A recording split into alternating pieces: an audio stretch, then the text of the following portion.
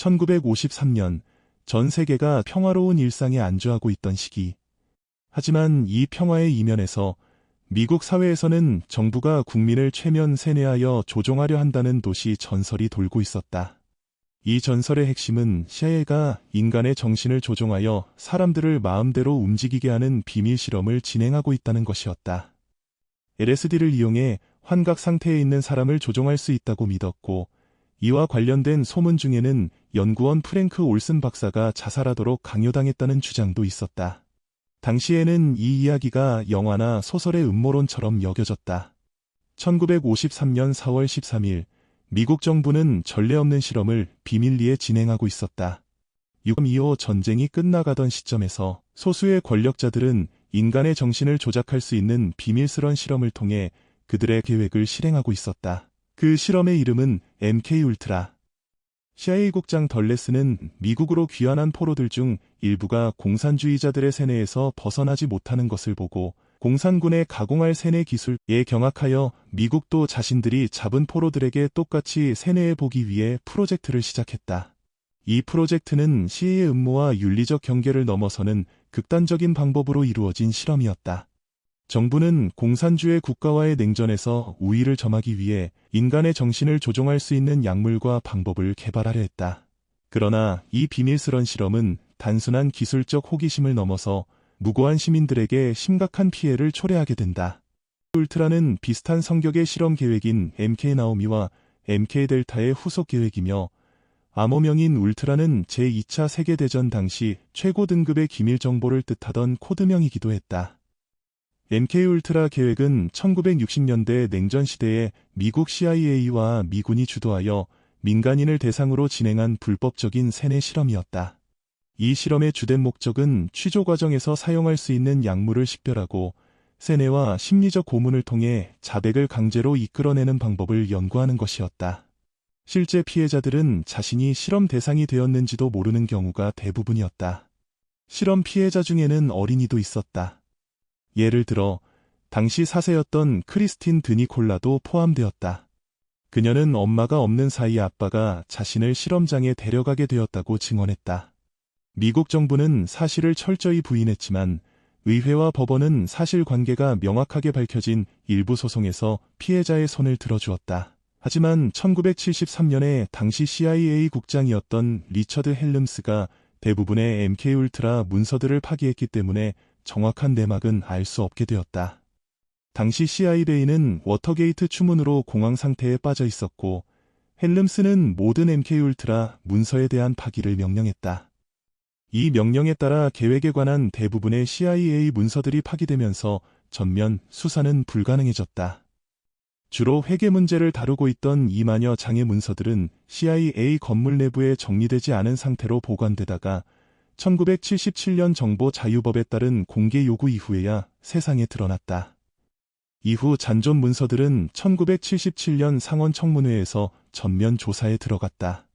프로젝트가 진행된 기간은 1950년대 초반에서 1960년대 후반으로 알려져 있지만 이후에도 계속 관련 연구가 이루어졌다는 증언이 있다. 이와 관련된 소문 중에는 연구원 프랭크 올슨 박사가 자살하도록 강요당했다는 주장도 있었다. 프랭크 올슨 박사는 MK울트라 작전에 비판적이었고 탈퇴를 시도했으나 CIA가 입막음용으로 죽였다는 것이 매우 유력하다. 올슨은 1953년 11월 사전 동의나 인지 없이 CIA의 실험의 일환으로 LSD를 투여받았고 실험으로부터 일주일 후 갑작스럽게 추락사했다.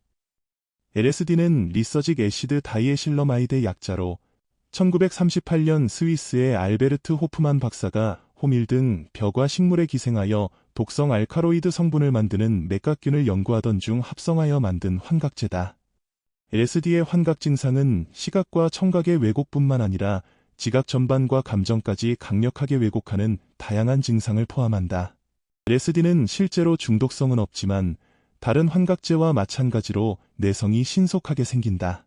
부작용으로는 동공산대증, 반사이상, 진전, 메스꺼움, 어지러움, 운동실조 등이 보고되었다. 올슨을 감시하라는 임무를 부여받았던 CIA 의사는 올슨이 창문에서 떨어질 당시 자신은 호텔에서 잠들어 있었다고 주장했다. 1953년 여러 정신질환적 이야기들이 언급되면서 올슨의 죽음은 자살로 규정되었다. 올슨의 사망이 자살이라는 공식 발표에 대해 올슨 일가는 즉시 반대 의견을 내놓았다. 유가족은 LSD 복용의 여파로 인해 자신이 이끌고 있던 계획들을 비롯한 여러 CIA의 비밀 프로그램들을 폭로하면서 신변의 위협을 받게 되었으며, 이에 따라 올슨은 살해당한 것이라 주장했다. 실제로 사망 며칠 전 올슨은 생물병기 연구의 본질에 대한 심각한 도덕적 위기의식으로 인해 특수작전사단 수장직에서 물러났다.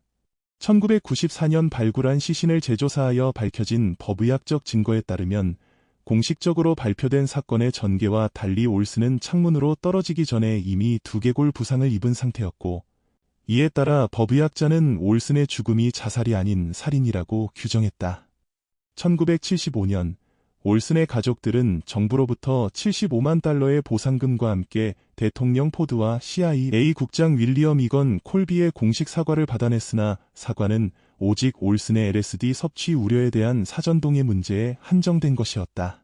결국 2012년 11월 28일 올슨 가족은 프랭크 올슨의 부당한 죽음에 항의하며 아메리카 연방정부를 상대로 소송을 제기했다. 이 음모론은 영화나 SF 소설에 등장할 것 같은 허무맹랑한 이야기로 여겨졌으나 1974년 뉴욕타임스의 추적 보도에 의해 단순 유언비어가 아니라는 사실이 폭로되었다. 이후 여론이 빗발치자 미국 의회는 조사에 나섰고, 이듬해 실제로 행해진 세뇌 실험의 실체가 발표되었다. MK울트라라고 명명된 일련의 실험에서 미국 정부가 LSD 등 마약류를 동원해 인간에 대한 세뇌와 조종을 시도했다는 것이었다. 이 생체 실험에는 마약류 사용뿐만 아니라 전기 충격, 최면, 심신상실, 성고문, 언어폭력 등 다양한 고문이 포함되었다. 후속 기록에 따르면 가장 널리 진행된 것은 마약을 이용한 통제 실험이었으나, 이는 여러 부속 실험 중 하나일 뿐 서브 프로젝트의 가지수는 약 54개 항목에 달했다. 여기에 전기, 빛, 음향, 방사능, 화학, 생물학, 외과 수술 등을 포함한 광범위한 수단을 사용하여 세뇌, 역세뇌, 세뇌 해제, 기억 소거, 기억 주입 등의 실험이 거리낌 없이 행해졌던 사실이 담겨 있었다. 그러나 유감스럽게도 언론이 폭로하기 직전인 1973년에 이미 관련 프로젝트가 중지되었고, 당시 CIA 국장이 퇴임하면서 관련 기록 대부분이 파기되었기 때문에 정확한 피해자의 수나 실험 내용, 책임 관계 등의 상세한 내용은 알 길이 없게 되었다. 이후 미국 정부는 빌 클린턴 대통령 시절인 1990년대에 대국민 사과를 행했으며 의회에서 청문회가 열리기도 했다. 이로 인해 MK울트라 프로젝트는 미국 역사에서 가장 기밀스럽고 논란이 많은 실험 중 하나로 남아있다. 현재까지도 이 프로젝트의 전모는 완전히 밝혀지지 않았으며 피해자들의 권리를 위한 지속적인 노력과 연구가 필요하다. 이 실험이 일으킨 파장은 단순히 개인적인 고통을 넘어서 인권과 윤리에 대한 깊은 의문을 제기하게 된다. 지금까지 공포 미스테리 사건을 들려드리는 지하실이었습니다. 관심 있게 보셨다면 구독과 좋아요 부탁드립니다. 그럼 다음엔 더욱 흥미로운 영상으로 찾아뵙도록 하겠습니다. 시청해주셔서 감사합니다.